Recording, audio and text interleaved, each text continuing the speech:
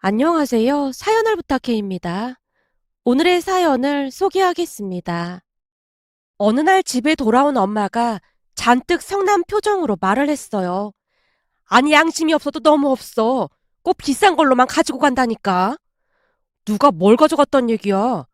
네 형수 말이야. 진짜 해도 너무하잖니? 오늘도 형수님이 반찬 그냥 가져간 거야? 가져가도 꼭 비싼 걸로만 가져가서 아주 속이 터진다니까. 어디서 데려와도 낯짝이 저렇게 두꺼운 인간을 데리고 왔나 몰라. 그날따라 엄마가 잔뜩 얼굴을 찌푸린 채 형수님 뒷담화를 하고 있었습니다. 우리 엄마는 아주 오래전부터 반찬 가게를 운영하면서 우리 형제를 키웠습니다. 아버지가 일찍 돌아가셨기에 홀로 두 형제를 키워냈어야 했으니 고단한 삶을 살 수밖에 없었습니다. 그나마 다행이었던 것은 우리 형제는 공부만큼은 잘했기에 엄마 얼굴에 웃음이 끊이질 않았어요. 어딜 가나 우리 자랑을 하고 다니느라 바빴으니까요. 그렇게 형과 저는 명문대를 졸업하고 형은 은행에 취업을 했고 저는 알아주는 대기업에 취업을 했습니다. 은행에 취업을 한 형은 얼마 되지 않아 여자친구를 사귀었고 결혼까지 하게 되었습니다. 형수님도 같은 은행 직원으로 둘이 합하면 벌이가 상당하다고 들었어요. 문제는 형수님이 조금 이상하다는 거였는데요. 처음에는 말을 많이 하지 않아 잘 모르고 있었는데 시간이 지나면서 이상한 모습들이 보이기 시작했어요. 그러니까 이걸 좋게 말하자면 알뜰하다고 할 수 있겠고 나쁘게 말하자면 이기적이었다고 해야 할까요? 그 일은 형과 형수님이 결혼 후 엄마 반찬 가게에 놀러 가면서 시작이 되었습니다. 엄마 입장에서는 형수님이 반찬 가게까지 찾아와 준 게 고맙다 보니 갈 때마다 반찬 몇 개를 챙겨준 모양이었어요. 그렇게 올 때마다 몇 번 챙겨줬었는데 나중에는 수시로 찾아와서 몇만 원어치 반찬을 묻지도 않고 검은 봉투에 담아서 그냥 막 들고 가기 일쑤였답니다. 물론 엄마도 처음에는 좋은 마음으로 반찬을 주긴 했다는데요. 시간이 지나면 지날수록 너무나 뻔뻔하게 반찬을 가져가는 모습에 엄마도 짜증을 내기 시작했어요. 언제부터인가는 퇴근 시간만 되면 의뢰 엄마 가게에 들러서 반찬을 들고 갔으니까요. 거기다 그냥 조용히 들고 가면 그나마 괜찮았을 텐데 형수님은 항상 상처가 되는 말을 하곤 했습니다. 어머님, 어제 가져간 갈치조림이 조금 짠 것 같더라고요. 요즘은 짠 음식 싫어하니까 신경 좀 써주세요. 이상하다. 우리 단골 고객들은 다들 맛있다고 하던데. 그건 그냥 듣기 좋으라고 하는 소리예요. 그런 사람들 말 다 믿으면 안 된다니까요. 그리고 장조림에 들어가는 소고기 한우 맞는 거죠? 저 이런 거 엄청 예민하거든요. 그렇게 불만이면 돈 내고 반찬을 사 먹던지. 공짜로 먹으면서 무슨 말이 그렇게 많아? 순간 엄마도 욱한 채 형수님에게 잔소리를 했던 모양이었어요. 하지만 형수님이 적반하장이더랍니다. 어머님, 아들 먹는 게 그렇게 아까우신 거예요? 우리 아들은 예전부터 장조림 안 좋아했다. 생선 조린 것도 잘 안 먹었고. 아니, 말이 그렇다는 거죠. 아무튼 너무하세요. 형수님이 입을 삐죽이며 갔다는데요. 그런 소리를 들었다면 대부분은 눈치가 보여서 며칠 있다가 오던지 그랬을 텐데 그 다음날도 형수님이 큰 비닐봉투까지 가지고 와서는 반찬을 가득 담아갔다고 합니다. 그 모습에 엄마가 형에게 전화해서 묻기까지 했어요. 영준아, 내가 궁금해서 그런데 니들 대체 집에서 밥을 얼마나 많이 먹는 거니? 그게 무슨 말이야? 밥을 얼마나 먹다니? 그러니까 그 많은 반찬들을 다 어떻게 하냐 그 말이야. 반찬? 무슨 반찬? 니 처가 우리 반찬 가게에서 매일같이 반찬을 가져가는데 그걸 니들 둘이 다 먹을 수 있냐고. 내가 알기로는 장모님께도 반찬 가져다 드리는 것 같던데. 뭐? 사돈 양반한테 그걸 왜 가져다 줘? 장모님이 엄마 반찬 맛있다고 엄청 좋아하시거든. 요즘은 집에서 따로 반찬 같은 거 안 해도 된다고 엄청 좋아하시더라고. 장인어른도 엄마 반찬 좋아하고 말이야. 근데 그건 왜 묻는 거야? 나도 상부상조라 좋다고 생각하고 있었는데. 상부상조라니? 그건 또 무슨 말이야? 그렇잖아. 엄마는 반찬 팔아서 좋은 거고 장모님은 편해져서 좋은 거고. 그러니까 상부상조인 거지. 형이 그저 해맑게 말을 하고 있더랍니다. 그 모습에 형수가 반찬을 공짜로 가져다 먹는다는 말을 엄마가 차마 꺼내지 못했다는데요. 괜시레 말을 꺼냈다가 둘이 다투기라도 할까 싶어 걱정인 듯 해보였습니다. 그날도 형수님이 반찬을 가지고 갔다고 엄마가 있는 대로 형수님 뒷담화를 하다가는 더욱 기가 막힌 이야기도 했어요. 야, 뭐 이런 게 다 있다니? 왜? 또 무슨 일이 있었어? 내가 기가 막혀서 말이 안 나오네. 엄마가 급할 때마다 도와주는 경실이 있잖니. 경실 이모가 왜? 내가 잠깐 가게를 비울 때면 네 형수가 경실이한테 그렇게나 잔소리를 한다지 뭐니. 형수님이 이모한테 잔소리할 게 뭐가 있어. 혹시 형수님이 경실 이모랑 엄마랑 친한 사이인 거 모르는 거야? 모르긴 왜 모르겠어. 당연히 알고 있지. 근데 무슨 잔소리를 한다는 거야? 경실이 말로는 그 뭐냐? 그 돈 있는 사람들이 막 함부로 하는 그런 것처럼 막 그런다고 하던데. 그 뭐라고 하던데? 혹시 갑질 말하는 거야? 그래, 그 갑질. 네 형수가 그렇게나 갑질을 한다지 뭐니. 손님이 없으면 청소라도 해야지. 왜 앉아서 놀고 있냐고 하질 않나? 저번에는 하도 어이가 없어서 경실이가 반찬값 계산하고 가라고 했던 모양인데 네 형수가 잡아먹을 듯 노려보면서 그러더란다. 내가 이 집 맏며느리인데 감히 저한테 뭐라고 한 거예요? 아르바이트면 아르바이트답게 행동하세요. 어디서 종업원이 주인한테 그런 식으로 말을 해요? 한 번만 더 그러면 우리 어머님한테 자르라고 할 테니까 그런 줄 아세요. 라면서 몰아붙이기까지 했다지 뭐니. 이게 갑질이 아니고 뭐겠어. 말도 안 돼. 형수님이 진짜 그랬단 말이야? 그럼 경실이가 나한테 없는 말을 지어냈겠어? 경실이랑 나랑은 산전수전 공주전까지 다 겪은 사이야. 다른 사람도 아니고 경실이가 나한테 거짓말을 할 리가 없지. 그건 엄마 말이 맞긴 하지. 경실이 이모가 우리한테는 친이모 이상이잖아. 예전에 엄마 돈 버느라 한참 바쁠 때 우리 밥도 다 챙겨주고 책도 사주고 그랬잖아. 다른 사람도 아니고 경실이 이모한테 그러면 안 되는 거지. 내 말이 그 말이야. 경실이랑 나랑은 친자매보다 더 가까운 사이야.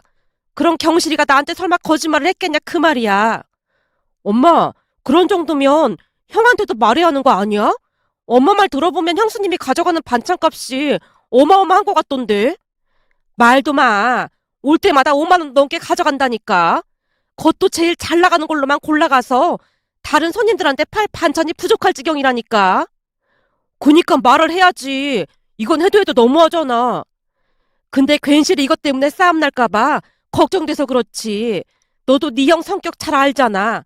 내 말 듣자마자 한바탕 난리가 날 텐데 그냥 내가 참고 말지. 참 사람 보는 눈도 없어. 어쩜 데리고 와도 저런 걸 데리고 올 수가 있어. 넌 말이야 마누라 잘 골라서 데리고 와. 둘 다 저라면 내 속이 얼마나 터지겠어. 엄마가 진절머리가 난다는 듯이 고개를 절레절레 흔들고 있었습니다. 그런 엄마에게 어떻게 말을 시작해야 할지 몰라 잠시 고민하고 있었는데요. 제 표정을 살피던 엄마가 급히 물었어요. 너 혹시 만나는 사람 있는 거야? 그게 말이야. 그렇지 않아도 엄마한테 소개할까 했거든? 근데 왜 그렇게 눈치를 봐? 너 혹시 네 형처럼 이상한 여자 만나고 있는 거 아니야? 엄마, 무슨 말을 그렇게 해. 이상한 여자라니. 근데 왜 이렇게 뜸을 들여? 너 똑바로 들어. 난 며느리 둘 다 저 상태면 진짜 못 산다. 그러니까 정신 똑바로 챙겨. 엄마가 다시 압박하고 있었기에 제가 미처 말을 꺼내지 못한 채 눈치만 보고 있었는데요. 엄마가 다그치며 다시 물었어요. 얘가 이상하네. 너 뭐 숨기는 거라도 있는 거야? 대체 어떤 여자인데 그래? 다시 한번 말하지만 난 학벌이나 직업 그런 거 하나도 상관없어. 다만 네 형수처럼 저 상태만 아니면 아무 상관도 없어. 근데 뭐 하는 여자야? 저기 그게 우리 회사 선배가 소개해줬거든? 회사 선배? 그럼 같은 회사 직원인 거야? 아니, 그런 건 아니고. 제가 미처 말을 잇지 못한 채 다시 눈치를 보고 있었는데요. 엄마가 지레 겁을 먹고는 다시 물었어요. 오늘따라 얘가 왜 이래? 그래서 직업이 뭔데 그래? 엄마, 놀라지 말고 들어. 사실은 직업이 경찰이야. 뭐? 경찰? 엄마가 놀란 채 입을 다물지 못하고 있었습니다. 그 모습에 제가 급히 말을 이어갔어요. 경찰대학 나왔어. 뭐? 경찰대학? 그럼 공부 엄청 잘한 거 아니야? 그렇지. 경찰대학도 공부 엄청 잘해야 가는 곳이니까. 아이고, 두야. 순간 엄마가 손으로 머리를 짚더니 미간을 잔뜩 찌푸렸어요. 엄마, 왜 그래? 직업이 경찰인 게 마음에 안 들어서 그런 거야? 공부 엄청 잘했다면서. 이 형수한테 대일 대로 대여서 인제 똑똑한 며느리는 지긋지긋해. 머리가 똑똑한 것들은 아주 이상한 구석이 있거든. 엄마, 다 그런 건 아니야. 형수님이 좀 별난 거지. 그리고 직업이 도둑 잡는 경찰인데 설마 반찬을 그냥 막 가지고 가고 그러겠어?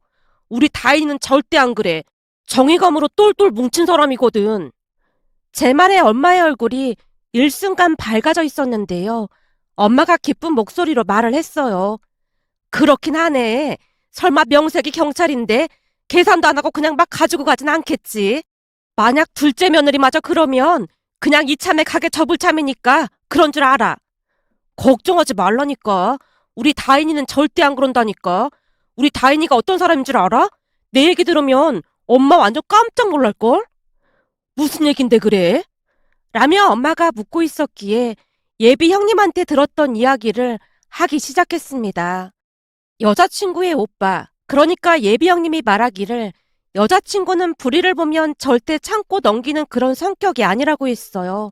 그래서 저를 만나기 전까지 남자친구를 사귀어 본 적이 단 한 번도 없었다는데요.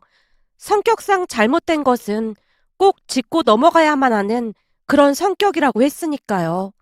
어찌 보면 참 좋은 성격이었지만 또 다른 관점에서 본다면 피곤한 성격이 아닐 수 없었어요. 그래서 예비 형님이 제게 여동생을 소개해주면서 약간은 걱정을 했지만 그와는 정반대로 제 성격은 워낙 느긋하고 배려심이 많은 편이었기에 우리는 생각보다 훨씬 더 잘 맞았습니다. 평소 저는 성격 좋다는 소리를 많이 듣긴 했지만 어찌 보면 우유부단한 면도 많았기에 모든 면에서 똑 부러지는 여자친구가 멋져 보이기도 했거든요.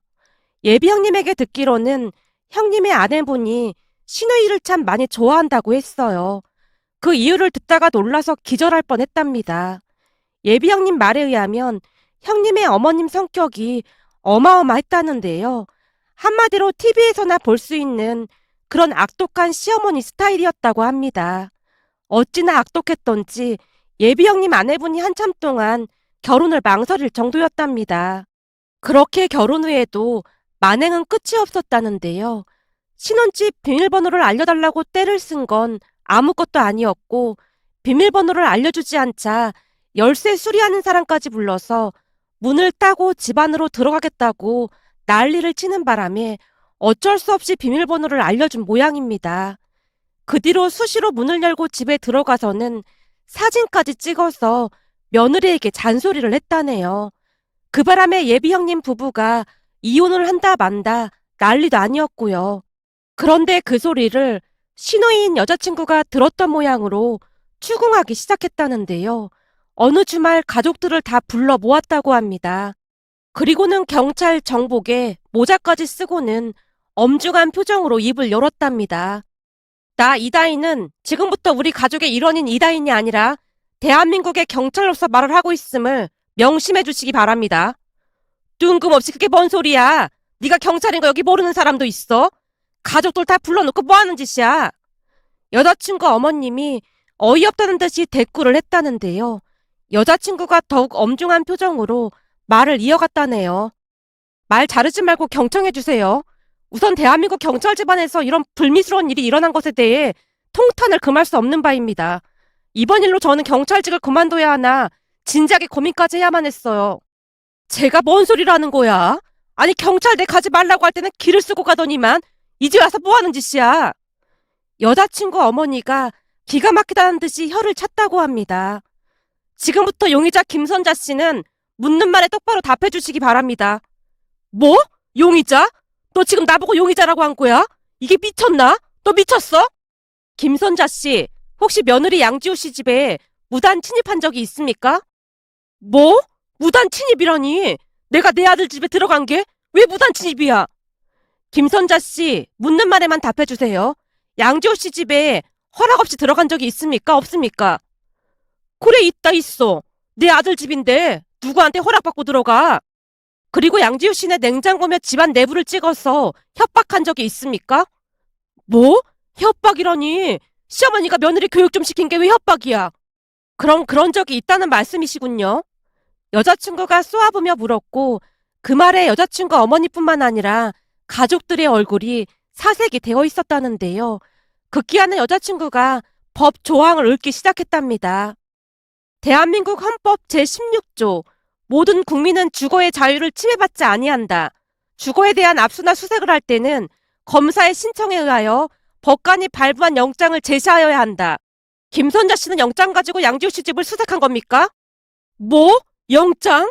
이게 다 뭔 소리야? 방금 그 말은 혐의를 인정한다는 자백으로 받아들이겠습니다. 정황상 주거 침입죄가 확실하고 3년 이하의 징역이나 500만 원 이하의 벌금형에 처할 수 있습니다. 그리고 여러 가지 범죄 혐의가 확인되니까 그건 법정에서 다투셔야 할 겁니다. 라며 여자친구가 갑자기 뒷주머니에서 수갑까지 꺼내들었다네요. 그 바람에 집안이 발칵 뒤집어졌고 여자친구 어머니가 사색이 된 채 어쩔 줄을 몰라 하고 있더랍니다. 그 모습에 깜짝 놀란 예비 형님 아내분이 여자친구를 말렸고요. 아가씨, 그만하세요. 저 진짜 괜찮아요. 양지호 씨, 정의가 살아있다는 걸 반드시 보여줘야 합니다. 그리고 양지호 씨는 지금 정신과 치료까지 받고 있잖아요. 저는 그냥 어머니께서 연락 없이 찾아오지 않고 미안했다는 말 한마디만 해주시면 따로 문제 삼고 싶지 않습니다. 그 말에 여자친구가 어머니를 노려보며 말했다네요. 김선자 씨, 양지호 씨 말 들으셨죠? 법대로 할까요? 아님 사과를 하시겠습니까? 근데 너 진짜 내 손목에 수갑 채울 건 아니지? 대한민국 경찰은 범죄자와 타협하지 않습니다. 여자친구가 정색을 한 채 말을 했다는데요. 여자친구 아버님이 놀라서 설득을 했다네요. 그냥 잘못했다고 그래. 당신도 당신 딸 성격 잘 알잖아. 내가 볼 땐 진짜로 저 수갑 채울 수도 있을걸. 나 같았으면 그냥 잘못했다고 하고 다시는 안 그러겠다. 알았어. 다시는 안 그럴게. 미안했다. 그럼 여기 각서에 서명하세요. 뭐? 각서? 우리 아버지가 아무 때나 서명하거나 도장 짓지 말라고 했는데. 그렇군요. 그럼 서로 간의 합의는 결렬된 걸로 알겠습니다. 뭐? 알았어, 알았다고. 여기에 서명하면 되는 거야? 네, 꼼꼼히 잘 읽어보고 서명해주세요. 여자친구가 팔짱을 낀 채 서명하는 모습을 지켜보고 있었다는데요. 서명을 하자마자 다시 말을 했답니다. 시어머니 김선자 씨는 며느리 양지호 씨에게 다시 한번 진심으로 사과하세요. 사과라니, 서명했는데 뭘 또 사과까지 하라고 해.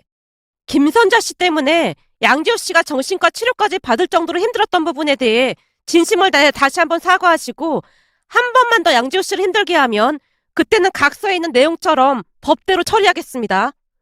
여자친구의 성격을 잘 알고 있었던지라 며느리에게 진심으로 사과를 했다는데요. 그 뒤로는 아들 며느리 집에 완전히 발길을 끊었다고 하네요. 여자친구가 눈에 불을 켜고 지켜봤다고 했으니까요. 그렇게 한참 동안이나 말을 듣던 엄마가 놀란 채 입을 다물지 못했어요. 이야, 진짜 여장부다, 여장부야. 암튼 다인이 성격이 그래. 근데 경우 없는 행동은 절대 안 할 거야. 그럼 네 형수처럼 반찬을 막 가지고 가거나 경실이한테 함부라고 그러진 않겠네. 난 그것만 아니면 다 된다. 당연하지. 절대 그럴 일은 없을 거야. 엄청 예의 바른 사람이거든. 제 말에 엄마도 안심하는 모습이었습니다. 그동안 형수님한테 질릴 대로 질린 엄마가 오죽했으면 그랬을까 싶기도 했어요. 그 뒤 우리는 양가 인사를 하고 상견례까지 한 뒤 일사천리로 결혼식을 올렸습니다. 아내는 성격이 살갑진 않았지만 똑 부러진다며 엄마가 마음에 들어 했으니까요. 그러던 어느 날은 아내가 제게 말을 했어요. 여보, 우리 어머님 가게 갈까? 간 김에 반찬도 좀 사드리고. 엄마 가게에? 불편하지 않겠어? 불편할 게 뭐가 있겠어. 그냥 반찬만 사서 오는 건데. 어머님 음식 솜씨 알아주잖아. 근데 며느리가 가게에 오는 거 엄마가 별로 안 좋아할 텐데. 제가 아내 눈치를 보면서 말을 꺼냈고 아내가 궁금한 듯 물었어요. 왜? 원래 며느리가 시어머님 자주 찾아뵈면 좋아하지 않나?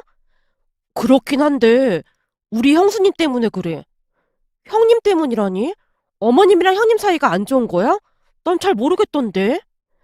아내의 물음에 제가 그동안 있었던 일에 대해 말을 했고 아내가 놀란 눈으로 제게 다시 물었어요. 형님이 반찬을 그냥 막 가져간단 말이야? 그것도 제일 비싼 걸로만 가져간다는데 가져가는 양도 어마어마한가 보더라고. 매일 찾아와서 거진 5만 원도 넘게 가져간다고 하더라고. 한마디로 그냥 막 쓸어 담아간다나 봐. 진짜? 그건 말도 안 되는 거지. 내 말이 그 말이야.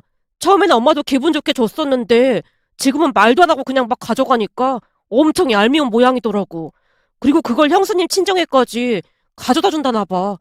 거기다 엄마 친구인 경실이 이모가 가게 일 도와주고 계신데 경실이 이모한테 갑질도 하고 난리도 아닌가 봐. 말도 안 돼. 형님 그렇게 안 봤는데 진짜 실망스럽네. 라며 아내가 정색을 한 채 말하고 있었는데요. 그 뒤에 어떤 일이 일어날 줄 상상도 못하고 있었습니다. 그렇게 며칠이나 지났을까요? 어느 날 엄마에게 전화가 걸려와서 전화를 받았는데요. 엄마가 기가 막힌 말을 하는 게 아니겠어요? 너 어디야? 나 퇴근하고 집에서 쉬고 있지. 그럼 빨리 가게로 좀 와봐. 왜? 무슨 일 있는 거야? 나 피곤해서 쉬고 싶은데. 네가 지금 그런 말 할 때가 아니야. 지금 네 처가 가게 왔는데 가게가 발칵 뒤집어졌어. 뭐? 우리 집사람이 거기 갔다고? 암튼 통화 오래 못하니까 얼른 와봐. 라며 엄마가 전화를 끊었습니다. 전화를 끊자마자 제가 가게로 뛰어가다시피 했는데요. 가게로 들어가서 이야기를 듣다가는 놀라서 기절할 뻔했답니다. 가게 안쪽에서 형수님이 수갑을 차고는 펑펑 눈물을 흘리고 있었거든요. 그 바람에 제가 경기를 한 채 엄마를 바라보고 있었는데 엄마가 자초지종을 설명하기 시작했습니다. 엄마 말에 의하면 그날도 역시나 형수님이 가게에 들어와서 반찬을 막 쓸어 담기 시작했다는데요. 가게 안 주방에서 아내가 눈이 빠져라 기다리고 있다가는 형수님을 관찰했던 모양이었어요. 형수님이 검정색 비닐봉투까지 가지고 와서 반찬을 마구마구 쓸어 담더니만 아무렇지도 않게 그냥 나가려고 했다는데요.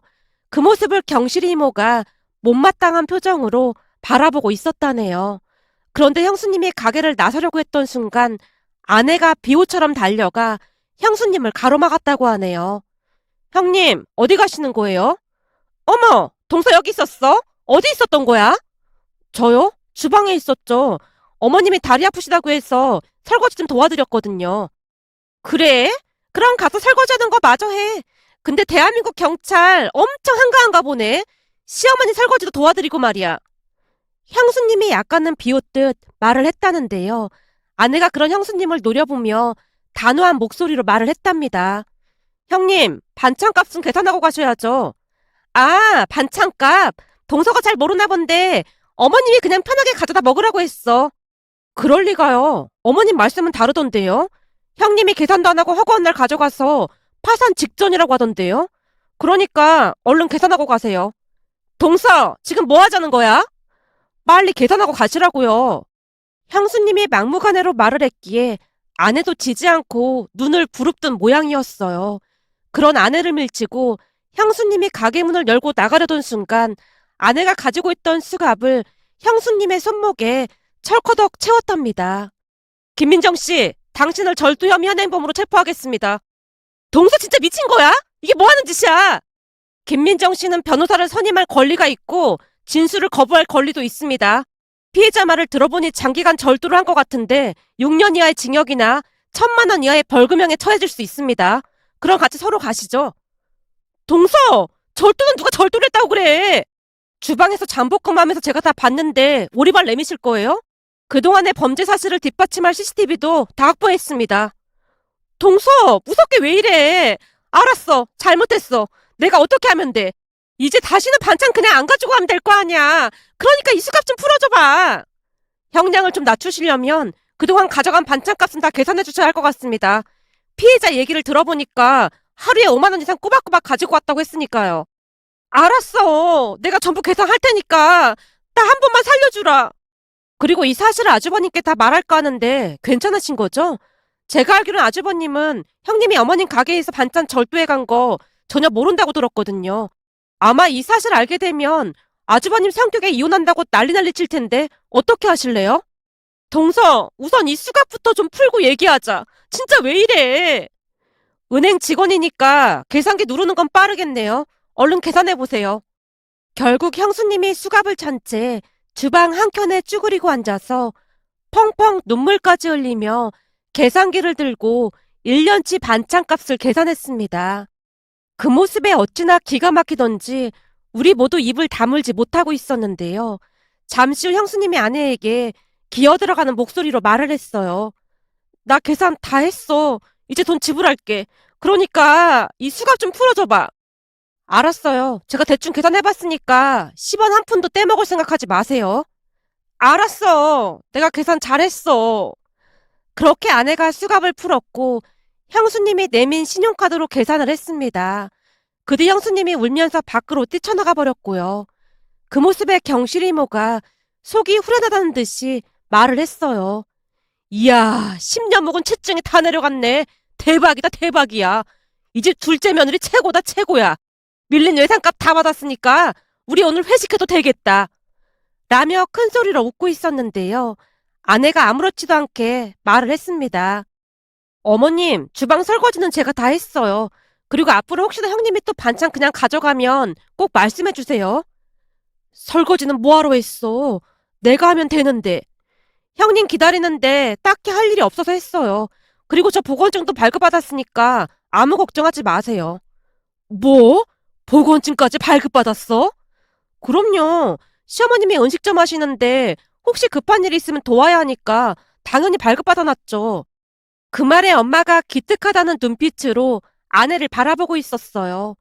그 뒤 형수님은 두 번 다시 가게에 나타나지 않았고 본가에 오는 날에도 슬금슬금 아내를 피하기 바빴는데요. 혹시나 아내가 형에게 모든 사실을 말할까봐 전전긍긍하는 모습이었습니다. 하지만 아내는 더 이상 문제 삼지 않았습니다. 형님도 이제 반성을 많이 한 것 같으니까 당신도 더 이상 왈가왈부하지 마. 아주버님 귀에 안 들어가게 하라 그 말이야. 아마 이번 일로 형님도 정신을 차리긴 했을 거야. 라며 다시 한번 당부를 하기도 했으니까요. 요즘은 더 이상 스트레스를 받지 않는다며 엄마의 표정도 한층 밝아졌는데요. 시간이 날 때마다 가게에 가서 아내가 엄마를 많이 도와드리고 있답니다. 그 모습을 보며 예전 일이 떠올라 이렇게 글 남겨봅니다. 오늘의 사연은 여기까지였습니다. 즐겁게 보셨다면 구독, 좋아요 부탁드립니다. 고맙습니다.